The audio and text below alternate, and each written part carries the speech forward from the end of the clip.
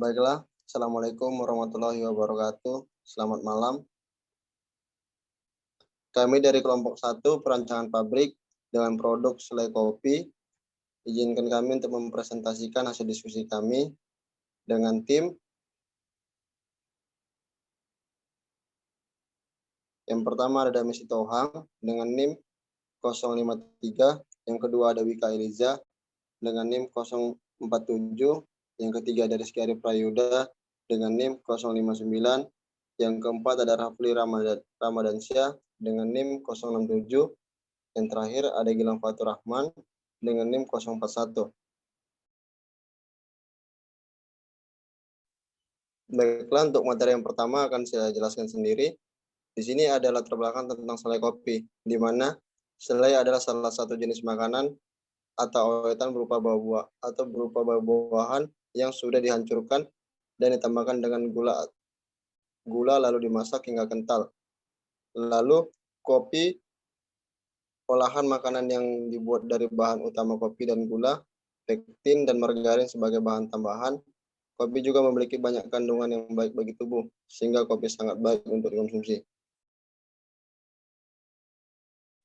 Nah, di sini ada beberapa faktor pemilihan lokasi yang telah kami diskusikan. Yang pertama ada bahan baku, yang kedua ada akses atau transportasi, yang ketiga ada ekspansi. Di mana bahan baku yang kami peroleh dari CV perusahaan kopi bubuk Neto AA Jambi yang menjual kopi bubuk Arabica. Yang kedua ada lokasi pabrik berada di pinggir jalan lalu lintas. Yang ketiga ada tersedianya tempat yang cukup luas apabila ada perluasan di kemudian hari dan tersedianya untuk tempat parkir kendaraan roda 2 dan roda 4.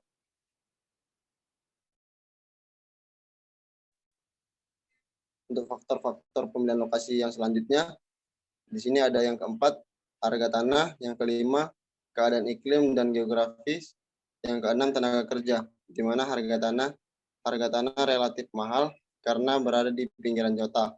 Yang kelima, lokasi yang dipilih merupakan lokasi yang cukup stabil karena memiliki iklim rata-rata yang cukup baik. Yang keenam, tenaga kerja yang dibutuhkan pada pabrik selai kopi ini perlu memakai karyawan yang memiliki skill khusus. Dan di sini ada utilitas.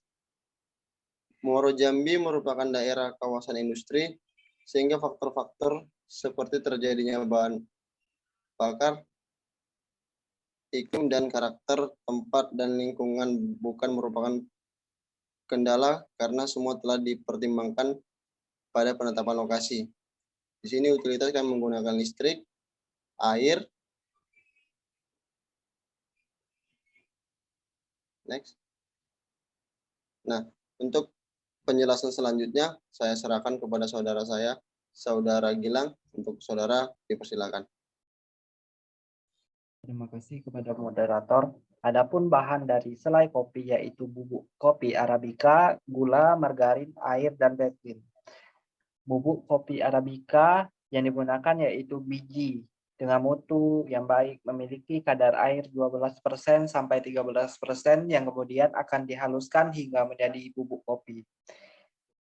Gula dalam proses pembuatan selai, gula berperan sebagai pengawet alami sehingga selai yang dihasilkan bebas dari bahan pengawet kimia dan aman untuk dikonsumsi. Margarin adalah zat adiktif pengemulasi pengganti mentega buatan yang dibuat dari minyak nabati dan tambahan unsur hidrogen. Selanjutnya, pektin merupakan segolongan polimer heterosida yang diperoleh dari dinding sel tumbuhan darat. Fungsi pektin dalam pembuatan selai yaitu bahan pengental. Dan air ditambahkan berfungsi sebagai pengekstrak bumbu kopi dan melarutkan bahan-bahan dalam selai. Adapun kelebihan kopi Arabica. Kopi Arabica memiliki keunggulan yaitu aroma yang lebih pekat, perisa yang lebih kompleks, serta kekentalan yang kuat. Bahkan kopi Arabica juga memiliki manfaat bagi tubuh manusia seperti mengatasi penyakit kanker kulit, menjaga kesehatan hati, dan kopi jenis ini juga aman bagi lambung. Kelebihan produk selai kopi kami yaitu merupakan olahan makanan yang sudah sering ditemukan di pasar, dengan varian rasa buah sehingga selai kopi Arabica merupakan produk yang masih jarang ditemukan di pasar. Hal ini dapat menjadi peluang bagi produk selai kopi untuk memasukkan pasar, didukung dengan gaya hidup masyarakat Indonesia, khususnya yang sering mengkonsumsi makanan dalam bentuk sajian yang praktis, mudah untuk dikonsumsi. Terima kasih, saya kembalikan ke moderator. Baiklah, terima kasih untuk Saudara Gilang. Selanjutnya dari Ikram Alir yang akan dijelaskan oleh Saudara Wika. Kepada Saudara Wika, dipersilakan. Baiklah, terima kasih kepada moderator. Yaitu tahap pertama pada selai kopi yaitu ada diagram alir yang dimana ada beberapa tahap. Yang pertama ada penimbangan. Penimbangannya itu gula, pektin, margarin, dan bubuk kopi. Dan untuk tahap kedua yaitu pengekstrakan, di mana ada mengekstrak bubuk kopi sama air. Dan yang ketiga ada tahap pencampuran bahan, ada gula, pektin, margarin, dan ekstrak kopi. Dan tahap selanjutnya ada pemasakan, kemudian tahap selanjutnya pendinginan, dan tahap terakhir ada pengemasan botol kaca yang keluar selai kopi. Next. Adapun neraca massa dalam 1 hari produksi, ya yang pertama ada pengekstrakan di mana inputnya yaitu bubuk kopi sebanyak 48 kg dan air sebanyak 128 liter dan outputnya ampas ditambah air 44 kg. Dapatlah hasil air ekstrak kopi sebanyak 132 liter. Untuk tahap kedua ada pencampuran bahan di mana ada gula sebanyak 76,8 kilo dan pektin 28,8 kg, selanjutnya margarin 7,68 kg dan ekstrak kopi sebanyak 132 liter. Dapatlah hasil adonan selai sebanyak 245,28 kg. Untuk tahap selanjutnya yaitu pemasakan selama 3 jam dengan suhu 60 derajat Celcius. Outputnya uap air sebanyak 159,436 kg. Next. Hasilnya selai kopi 85,848 kg. Untuk proses selanjutnya pendinginan, ada output keluar yaitu selai kopi yang lengket sebanyak 5,848 kg. Dapatlah hasil selai kopi sebanyak 80 kg. Dan untuk tahap terakhir adalah pengemasan. Untuk outputnya sebanyak 400 botol per hari sebanyak 200 mg per botol. Saya kembalikan ke moderator. Terima kasih. Baik, di sini ada materi masa produksi dan produksi dalam 1 bulan akan dijelaskan oleh Saudara Rafli Ramadhansyah. Kepada Saudara dipersilakan.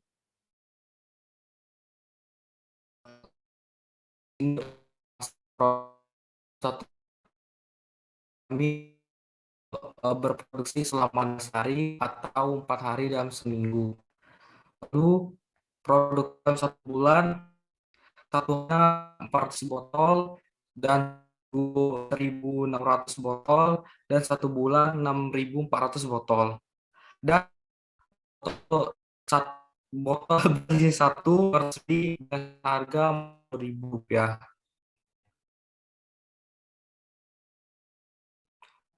Baiklah, untuk teknologi yang kami gunakan, pertama itu mesin pekan digunakan untuk mengekstrak dengan air, lalu mesin pencampuran dan pemasak selai. Mesin ini digunakan untuk mencampur sekaligus memasak selai. Lalu mesin pengemas. Mesin ini digunakan untuk memasak selai kopi dalam bentuk botol kaca.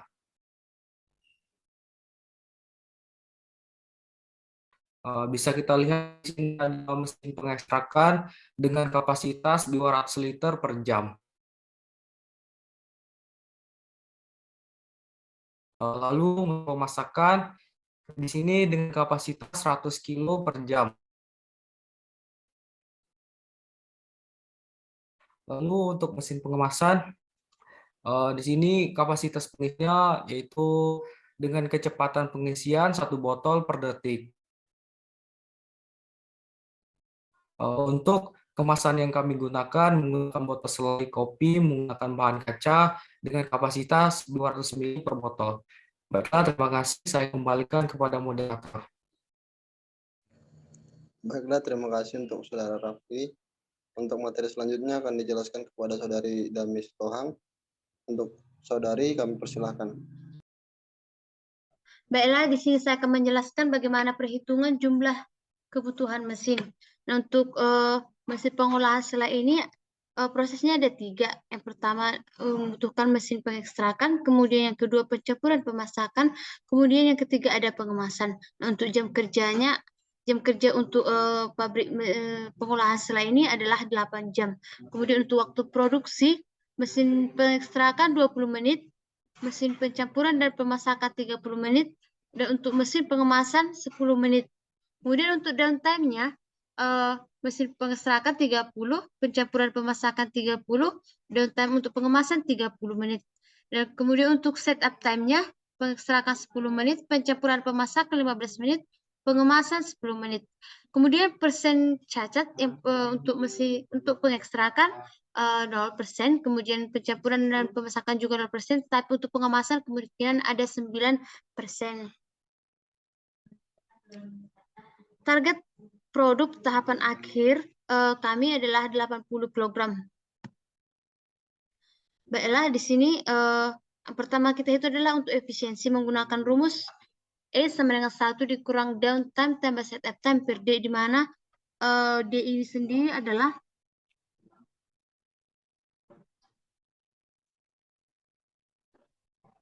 lama waktu kerja per periode. Nah, dari tabel tadi dapat kita cari tahu yang mana dia downtime dan setup time dari setiap proses. Seperti untuk mesin pertama, 1 dikurang 30 tambah 10 per 60 dikali 8, hasilnya adalah 0,91. Dan untuk mesin kedua, hasilnya 0,907. Kemudian untuk mesin ketiga, hasilnya 0,91. Nah, kemudian tahap selanjutnya adalah menghitung output proses menggunakan rumus demand, di mana rumusnya P sama dengan P besar per 1 dikurang P kecil, di mana P besar ini adalah jumlah produk yang dikehendaki, kemudian untuk P kecil adalah persentase kerusakan. Nah, dari tabel tadi untuk output prosesnya pertama dihitung adalah mesin ketiga. Untuk mesin ketiga yang masuk adalah 80 kg. Jadi masuk ke rumus berarti 80 dibagi 1 dikurang persen kerusakan, dan untuk persen kerusakan di tabel tadi untuk pengekstrakan 0. Jadi 80 bagi 1 sama dengan 80. Kemudian masuk ke mesin kedua, mesin pencampuran dan pemasakan. Misalkan dapat hasilnya 245. Kemudian masuk ke mesin pertama atau mesin pengekstrakan 245 dibagi 1 dikurang persen kerusakannya tadi, yaitu 0,09, sehingga dapat hasilnya 175. Satuannya adalah kilogram. Jika ini kita kaitkan dengan diagram neraca massa tadi, telah mencapai target kami. Artinya untuk mesin pertama 175 kg, untuk mesin kedua 245 kg, kemudian untuk yang ketiga, untuk mesin ketiga masuk 80 kg. Sehingga tahap akhirnya 80 kg ini yang dibagi ke setiap 200 mili kecap selai atau 400 botol selai. Kemudian perhitungan terakhir adalah jumlah mesin. Jumlah mesin ini juga menggunakan rumus N sama dengan T dibagi 60 dikali P per D, di mana T nanti adalah total waktu pengerjaan, kemudian untuk P-nya jumlah produk yang harus dibuat, kemudian untuk D jam operasi kerja mesin, kemudian untuk E faktor efisiensi kerja mesin. Nah, dari perhitungan dasar tadi dapat kita menghitung jumlah mesin. Nah, untuk mesin pertama membutuhkan 9 unit, kemudian untuk mesin kedua membutuhkan 17 unit, dan untuk mesin ketiga atau pengemasan membutuhkan 2 unit. Dan setiap unit ini telah dihasilkan dari perhitungan yang sebelumnya. Baiklah, mungkin cukup sekian presentasi dari kelompok kami, kelompok 1. Jika ada kata-kata kami yang salah dalam penyampaian kami maupun kita saja, kami mohon maaf. Kami akhiri. Wassalamualaikum warahmatullahi wabarakatuh.